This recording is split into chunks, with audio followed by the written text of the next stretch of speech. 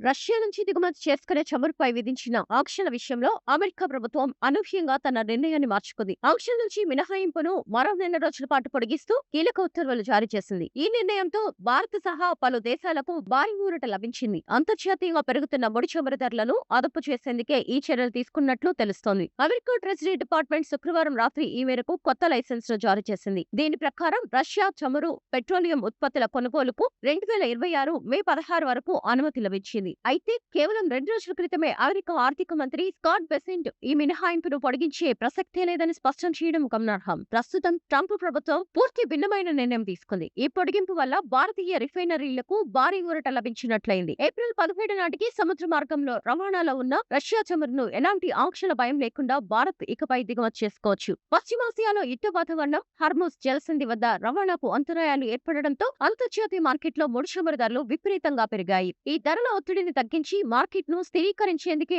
America ఈ నిర్ణయం తీసుకున్నట్లు విశ్లేషకులు భావిస్తున్నారు.